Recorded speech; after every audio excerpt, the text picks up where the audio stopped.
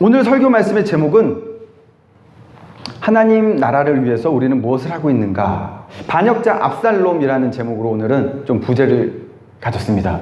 그래서 압살롬의 입장에서 압살롬의 관점을 하나님이 봤을 때 압살롬은 어떠한 사람이었을까라는 관점으로 좀 바라보시기 바랍니다.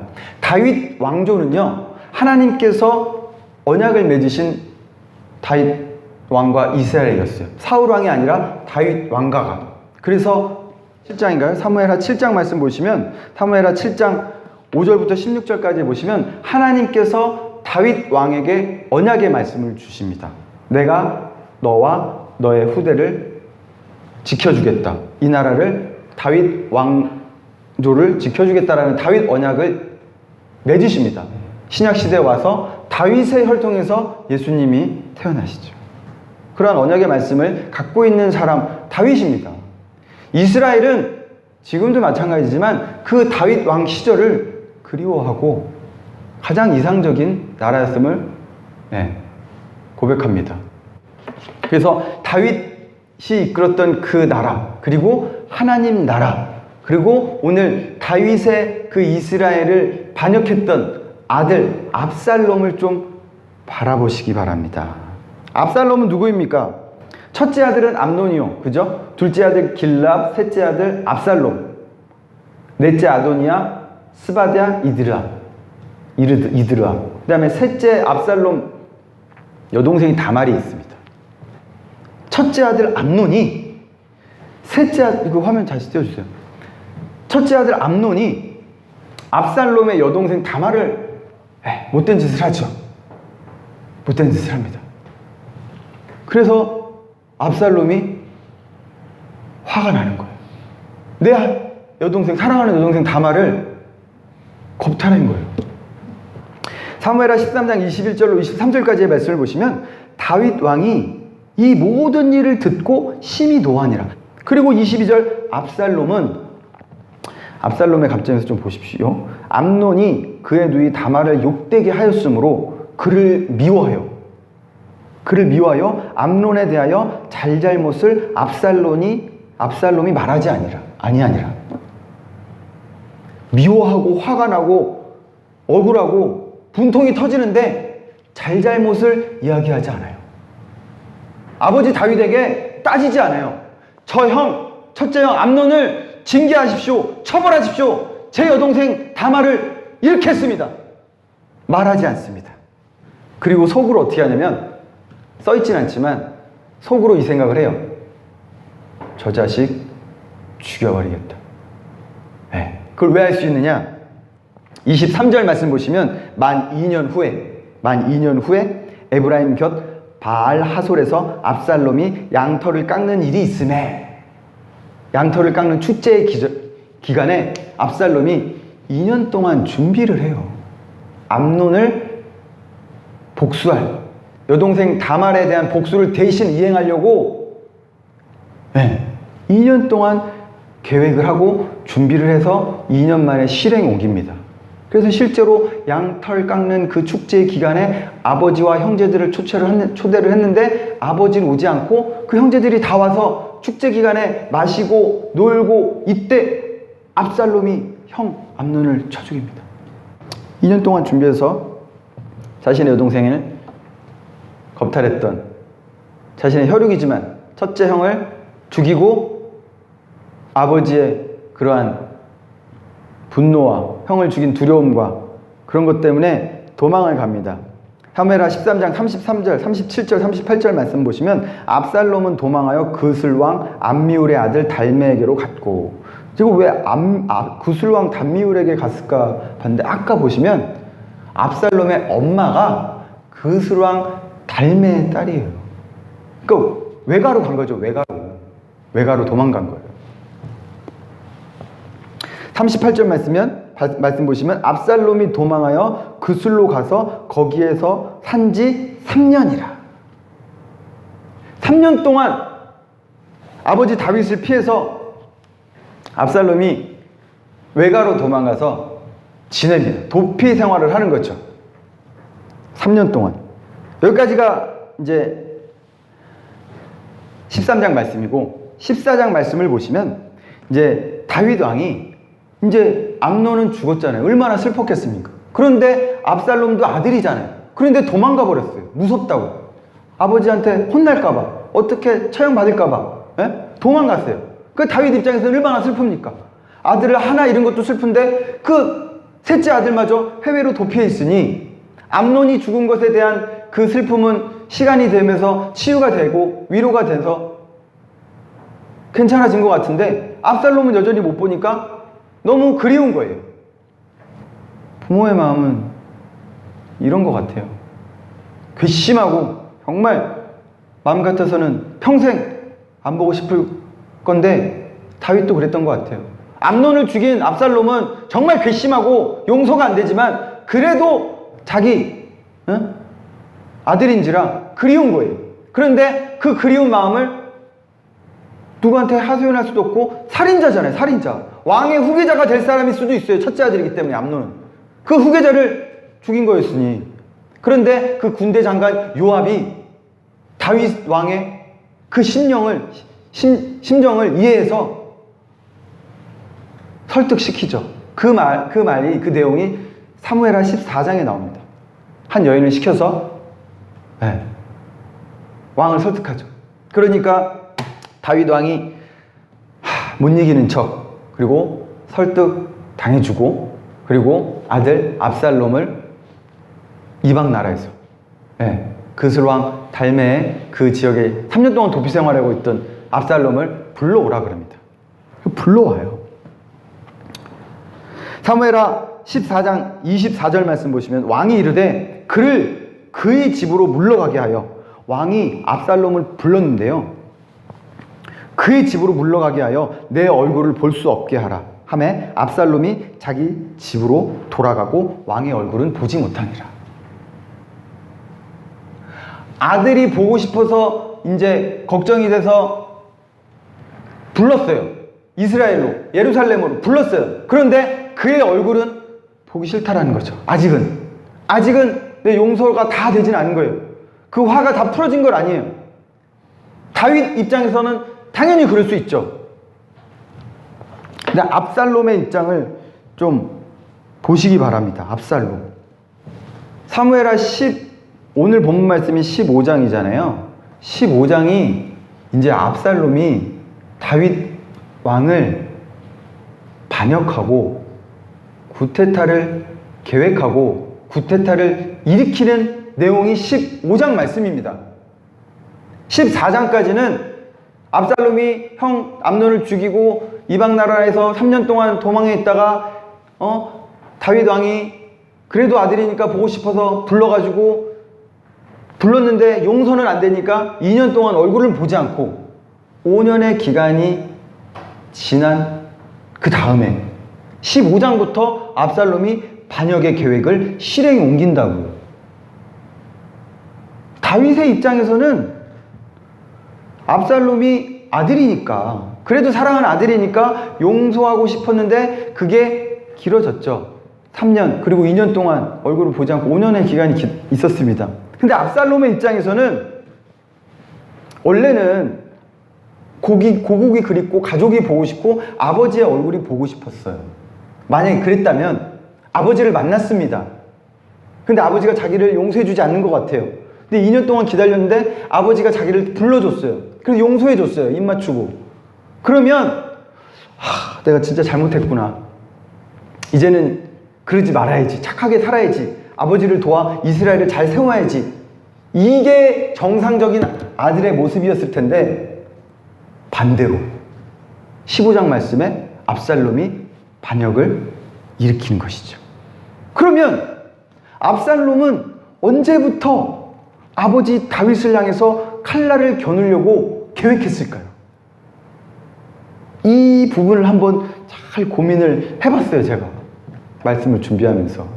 아니 14장 말씀까지 당연히 지가 잘못해서 형 암논을 죽였으면 요즘 같아서도 성폭행 이런 범들은 사형에까지 이루지 않습니다. 재판으로. 그런데 본인이 재판관이 돼서 대신 여동생의 복수를 사형을 한 거잖아요. 사람을 죽였습니다. 가족임에도. 엄청난 범죄를 저지른 것이죠. 그런데 아버지가 그것을 용서해 주었음에도 불구하고 압살롬은 반역을 일으키죠. 그 언제부터 일으켰을까요? 그수랑 달메 이방 나라에 가서 어머니의 나라 외가에 가서 3년 동안 지내면서 계획했을까요? 아니면 고국으로 돌아와서 2년 동안 아버지 얼굴을 못 봤을 때 계속 분이 나고 화가 나고 아버지를 들이받아야 되겠구만. 그 2년 동안 계획을 했을까요? 제가 참 생각을 해봤습니다. 형 암논을 죽이고 복수했을 때 제가 초반에 말씀드렸잖아요. 그 부분 잘 생각해 보십시오. 압살롬은요, 감정적인 사람이 아니에요. 충동적인 사람이 아닙니다. 굉장히 냉정하고 냉철하고 자기 감정을 완벽하게 숨길 줄 알고 그리고 철저하게 계획하고 그 계획이 완벽해졌을 때 실행에 옮기고 그리고 그것을 이루어내는 사람이에요. 그걸 어디서 좀 힌트를 얻을 수 있냐면 암논을 살해했을 때를 보십시오. 아버지가 화가 났어요. 그러나 암논에 대한 징계를 하지 않는 그 압살롬은 그 앞에서 아버지에게 화를 내며 감정적으로 따지고 들지 않았습니다. 내 사랑하는 여동생이 겁탈을 당했지만 거기서는 평정심을 유지하고 입을 딱 다물고 있습니다. 그리고 저 자식 죽여버려야지. 속으로만 생각하고 2년 동안 기회가 오기를 기다리고 있다가 2년 동안 계획을 해요. 나의 종들을 불러 모아서 양들의 털을 깎는 그 잔칫날 아버지에게 내가 형들과 같이 잔치를 하겠다고 속이고 그때 암논을 죽여야지라는 완벽한 계획을 짜고 계획하고 실행에 옮겨서 성공했죠. 압살롬은요, 자기의 목표가 생기면 정확하게 생각합니다. 판단해요. 그리고 생각하고 계획하고 실행하는 사람이에요. 그렇기 때문에 제 생각에 압살롬이 아버지의 그 이스라엘을 반역하려고 계획했던 그 시점이 어느 때인지는 정확히 나와 있지 않지만 그스루왕 달메 어머니의 나라에서 3년간 이방 객으로 있으면서 생각했을 것 같아요. 반역을 해야 되겠다. 어차피 아버지의 후계자는 자기는 탈락이에요. 유력한 후보자 1위 첫째 아들 암논을 자기가 죽여버렸잖아요. 네. 그러면 둘째 아들이나 넷째 아들이나 그 밑으로 가겠죠. 자기는 이미 탈락입니다. 후계자에서. 그러면 내가 쿠데타를 반역을 일으켜야 되겠다라는 생각을 거기서부터 시작하지 않았을까. 그리고 기다리고 있었을 때 요압이 아버지 다윗을 설득해서 데리고 오죠. 예루살렘으로. 고국으로 귀국합니다. 그리고 거기서부터 계획했을 거예요. 생각은 이방 나라에서 했지만 이 나라를 내가 전복시키고 쿠데타를 일으켜 빼앗아버려야 되겠다. 이 생각을 집으로 돌아와서 했을 것 같아요. 왜 그러냐면 아버지가 자신을 얼굴을 보지 않잖아요. 2년 동안 보질 않습니다. 사실은 왕이 아들을 보지 않는다라는 것은요, 그 왕자로서의 그 직분을 인정하지 않는다라는 거예요.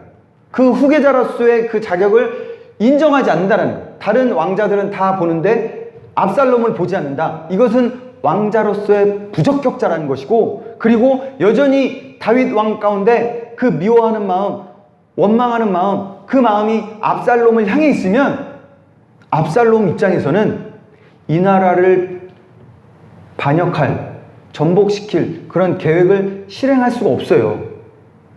다윗이 미움이 있으면, 자신에 향한 원망함이 남아있으면, 무슨 말인지 좀 이해가 가나요? 다윗이 자기를 완전히 용서하고 그 경계심을 풀고 다시 아들로 받아들여 줬을 때 압살롬 입장에서는 실행에 옮길 수가 있는 거예요. 그래서 요압의 도움으로 자기가 고국으로 돌아왔는데 아버지를 설득한 요압이, 그리고 아버지를 보게 해달라고 계속 끊임없이 요청을 합니다. 사무엘하 14장 말씀을 돌아가셔서 보십시오. 요청을 해요. 아버지를 만나게 해달라. 그런데 요압이 바쁜지 어쩐지 그 이상부터는 신경 쓰려고 하지 않아요. 그러니까 압살롬이 어떻게 해버리는지 아십니까? 자기의 종들을 시켜서 요압 장군의 밭을 불질러 버리라 그래요. 이 모습을 또 보십시오.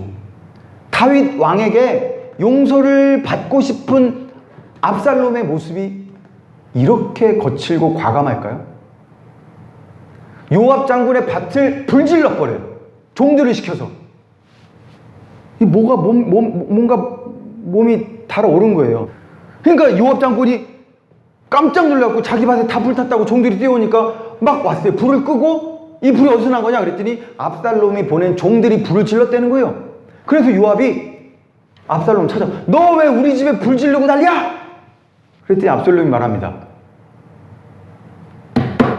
아빠를 못 만난 지 제가 2년입니다, 장군님. 아버지 만나게 해주십시오. 그렇게 강권해요. 압살롬은요, 자신의 목표를 위해서, 목적을 위해서는 수단과 방법을 가리지 않는 사람이에요. 이 모습을 봤을 때 압살롬은 다윗왕의 얼굴을 보고 그 입맞춤을 받고 화해와 용서를 구하는 그 마음은 다시 아버지의 사랑하는 아들로 되돌아가고 싶은 심정이 아니라 내가 아버지에게 용서함을 받으면, 아버지의 경계심이 풀어지기만 하면 Let's get it이에요. Let's get it. 실행에 옮긴다는 것이죠. 요압이 다시 설득합니다. 사무엘하 14장 33절 말씀 보시면 요압이 왕께 나아가서 그에게 아뢰매 왕이 압살롬을 부르니 그가 왕께 나아가 그 앞에서 얼굴을 땅에 대어 그에게 절하매 왕이 압살롬과 입을 맞추니라. 다윗의 입장에서는 힘들었어요. 5년간 그 일을 겪고 용서하고 완전히 압살롬과의 관계가 회복되기까지 5년의 기간이 걸렸는데 압살롬은 그 5년의 기간 동안 어떻게 하면 아버지의 나라 이스라엘을 내가 차지하고 전복시켜서 아버지를 몰아내고 내가 이 나라의 왕이 될까? 그것을 꿈꾸고 있었다는 거죠. 그것을 바라보고 있었다는 거예요. 그것을 계획했어요. 철저하게. 요압을 통해서 자기의 요청을 이루는 방법 보십시오. 요압의 밭을 가서 불 지르는 게 그거를 요청하는 사람의 모습입니까? 아니잖아요. 하나님의 나라가 예수님으로 통해서 그 천국문이 열리고 예수님을 믿기만 하면 천국 백성이 되고 천국으로 들어갈 수 있는 우리에게 자격이 주어졌습니다. 그런데 타락한 천사는 지금도 여전히 압살롬처럼 철저하게 계획하고 사람을 통해서, 환경을 통해서 인간들을요, 자기 세력으로 끌어들여서 하나님을 배역하게 하고 반역하게 하고 하나님 나라를 이 땅 가운데서 그냥 엎어버리려고 그러죠. 사단이죠. 압살롬은 마치 사단처럼 행동하고 있는 거예요. 마귀처럼 행동하고 있는 거예요. 다윗의 나라를 하나님께서 인정하고 언약하신 다윗의 나라를 그 아들이라 할지라도 마귀가 누구예요? 천사가 타락한 거 아닙니까? 압살롬은 다윗의 아들이에요. 사랑하는 아들이었지만 반역하면 배신자요, 마귀요, 사탄입니다. 암논을 복수하는데 2년 걸렸죠. 아버지의 나라 이스라엘을 반역하고 구테타를 계획하는데 5년 걸렸습니다. 그술 왕의 나라에서 3년, 고구로 돌아서 2년. 그래서 15장 말씀, 오늘 1절 말씀 보시면 이제 아버지가 안아주고 입 맞춰주고 내가 너 이제 용서할게, 응? 그러니까 압살롬이 15장 1절 말씀 보시겠습니다. 그 후에 압살롬이 어떻게 해요? 자기를 위하여 어떻게 다녀요? 병거와 말들을 쫙 호위병들 50명씩 데리고 다니면서 예루살렘을 다니는 거예요. 이게 뭐예요? 나 이제 회복됐어. 왕자로서의 그 직분이 회복됐어. 나는 이제 이만큼의 병거도 있고 나를 호위할 병사들도 있고 왕자의 권위가 회복됐다라는 것이죠. 내가 후계자로서의 부적격자에서 적격자가 된 것처럼 이제는 행동을 합니다. 그리고 무엇을 하냐면 2절 말씀 보시면 압살롬이 일찍 일어나 성문 길에 서서 무려 4년 동안 매일 아침 일찍 일어나서, 정말 대단한 사람이에요. 철저한 사람이죠. 계획적인 사람이죠. 아버지 다윗에게, 그리고 다윗의 그 재판을 들어주는 사람들에게, 송사하러 오는 사람들에게 길을 가로막고 내가 너의 송사를 들어줄게. 들어요. 그럼 그 사람이 억울한지 잘못한지를 따져보지도 않고, 당신 잘했습니다. 당신이 옳습니다. 왕한테 가봐야 은근 다윗 왕을, 그 나라를 디스합니다. 다윗 왕한테 가봐야 당신의 그 송사를 들어줄 사람이 없어요. 왕이 세워두지도 않았습니다. 제가 들어드릴게요. 그러면서 매일 아침 일찍 일어나서 4년 동안 이 짓거리를 해요. 이게 사무엘하 15장 2절부터 5절까지의 말씀입니다. 왜 이렇게 하느냐? 6절 말씀 보시면 이스라엘 무리 중에 왕께 재판을 청하러 오는 자들마다 압살롬의 행함이 이와 같아서 이스라엘 사람의 마음을 압살롬이 훔치니라. 훔친 겁니다. 지금도 사단, 마귀, 귀신, 흑암의 권세, 공중 권세, 사람들의 마음을 훔치려 하죠. 유혹해서 훔치기도 하고요. 위협하고 협박해서. 저 북한의 김정은 정권 보십시오. 2,500만 북한 주민을 죄 없이 가둬놓고 자유를 억압하고 인권을 탄압하며 죽여버리잖아요. 그냥 자기 마음에 안 들면, 형이라 할지라도. 압살롬 같은 자죠. 그런데 그 북한 정권을 지지하는 사람들, 똑같은 사람들이에요. 정치 좌우를 떠나서요, 북한을 지지한다? 북한과 자꾸 종전선언? 그리고 자꾸 뭘 퍼주려고 그런다? 뭐하니까 거기서 핵 만들잖아요. 지금 계속 미사일 쏴 올리잖아요. 그런데 그 정권을 지지한다요? 사탄의 세력을 알면서 지지하는 세력. 압살롬은요, 아버지를 여기지 않고 알면서 아버지를 배역하고 반역하고 쿠데타를 일으켜서 성공한 인물이에요. 반역자고 결국엔 죽잖아요.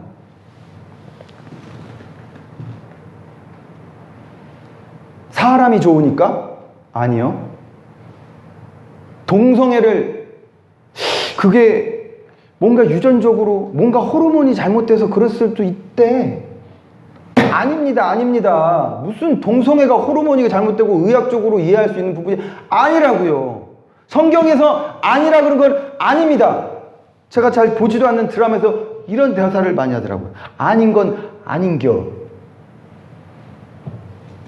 아닌 건 아니에요. 그런데 동성애를 지지하고 차별금지법을 자꾸 발의하는 그 국회의원을 지지하고, 하나님을 따라가지 않는 사람이고 하나님을 따라간다고 무늬만 기독교인인데 하나님을 진노케 하는 그러한 동성애법을 지지하고, 그러한 국회의원을 지지하고, 북한 정권을 지지하고, 말도 안 되는 것이죠. 하나님을 믿을 때요, 잘 믿으셔야 돼요. 이 압살롬이 이렇다는 거예요. 압살롬이. 이 사람 그냥 괜히 갑자기 어느 날 툭 튀어나와갖고 반역한 사람이 아니라고요. 철저하게 계획하고 철저하게 실행에 옮기려고 무려 4년 동안 나라 밖 성문길에서, 알면서 따라가면 더 나쁜 것이고 모르고 따라가면 어리석지만 하나님의 심판을 피할 수 없습니다. 요즘 유행하는 오징어 게임, 난리죠. 아주 난리예요. 자극적인 것들이 많이 나오죠. 돈 456억, 그것을 위해서 그냥 막 죽이고, 전 세계적으로 난리죠. 마귀 사탄은요, 언제 어느 때 우리를 유혹하고 넘어뜨릴지 모릅니다. 베드로라 할지라도 주는 살아계신 하나님의 아들입니다. 이 고백을 했던 베드로가 예수님이 십자가에 돌아가신다고 말씀하시자마자 예수님 그러면 안 됩니다. 그러니까 예수님이 뭐라 그래요? 사탄아 내 뒤로 물러가라. 깜짝 놀란 거죠. 아니, 좀 전에는 내 이름에, 내 반석에다가 교회를 지으신다고 그랬는데 갑자기 몇 마디 지나가지도 않았는데 사탄아 내 뒤로 물러가라 그러잖아요. 사랑하는 성도님과 저도 마찬가지예요. 귀신이 들어왔다 나왔다 해요. 인간의 생각으로, 인간적인 감정으로 행할지 모르지만 인간의 감정보다 먼저가 하나님이고 예수님이고 그 말씀인 줄로 믿습니다. 압살롬처럼 그 반역을 철저하게 계획한 고린도후서 11장 14절로 15절까지의 말씀 보시면 이것은 이상한 일이 아니니라. 사탄도 자기를 광명의 천사로 가장하나니 그러므로 사탄의 일꾼들도 자기를 의의 일꾼으로 가장하는 것이 또한 대단한 일이 아니니라. 마태복음 10장 16절 말씀에 예수님께서 제자들을 세상에 나가서 복음을 전달하라고 하면서 뭐라고 말씀하셨습니까? 보라, 내가 너희를 보냄이 양을 이리 가운데로 보냄과 같도다. 그러므로 너희는 뱀같이 지혜롭고 비둘기같이 순결하라. 우리가 예수님이 제자가 돼서 뱀같이 지혜롭고 비둘기같이 순결하시기 바랍니다. 순수하시기 바랍니다. 그런데 뱀같이 지혜롭고 뱀같이 사악하면 그냥 뱀인 거예요.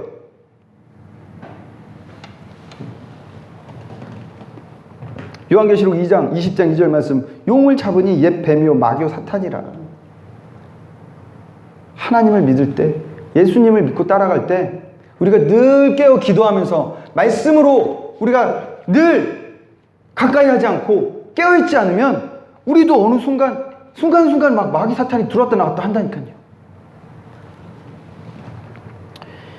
하나님의 나라를 반역했던 사단, 그와 같은 비슷한 아주 흡사한 행동을 했던 압살롬, 그리고 하나님의 나라를 그 문을 활짝 열고 천국으로 들어갈 수 있게 해주신 우리의 구원자 예수님, 그리고 그 구원자 예수님을 따라서 12제자, 사도, 그 많은 믿음의 선진들은 누구예요? 공로자죠. 공로자. 우리도 예수님을 믿기만 하면 공로자가 되는 겁니다. 우리가 구원의 본체가 될 수는 없어요. 예수님이 구원의 본체시고 천국문을 활짝 열어놨기 때문에 예수님을 믿기만 하면 우리가 천국 백성이 되고 이 땅에서 예수님을 믿는 믿음으로 살면 우리는 천국 하늘나라를 세우고 하늘나라를 이루는 공로자가 되는 겁니다. 제가 다음 주에 말씀을 좀 사무엘하 15장 그 이후의 말씀을 말씀드릴 텐데, 반역하는 자는 압살롬이에요. 천국을 가로막고 천국에 들어가는 열쇠를 받고도 그 열쇠를 쥐고 들어가는 자도 막고 있는 사람들, 예수님께서 바리새인과 율법교사와 마귀와 사탄에게 쓰임받는 사람들을 그렇게 지칭했어요. 압살롬을, 반역자를 따라서 알고 따라가는지 모르고 따라가는지 다음 주에 좀 지켜보시기 바랍니다. 공로자가 아니라 뭐예요? 반역자를 따라가면 공범자예요. 공범자가 아니라 공범자. 공범자가 되시겠습니까? 공로자가 되시겠습니까? 요한복음 3장 16절 말씀 우리 다 같이 한번 읽겠습니다. 시작. 하나님이 세상을 이처럼 사랑하사 독생자를 주셨으니 이는 그를 믿는 자마다 멸망하지 않고 영생을 얻게 하려 하심이라. 잘 믿어야 됩니다. 말씀을 근거로 기도로 깨어 있으시고 우리가 구원자 되신 예수님을 따라 그 믿음을 따라 천국 백성이 돼서 하나님께 잘하였다, 충성된 종아, 이러한 칭찬을 받으려면 예수님을 잘 믿게 되기를 주님의 이름으로 축복합니다.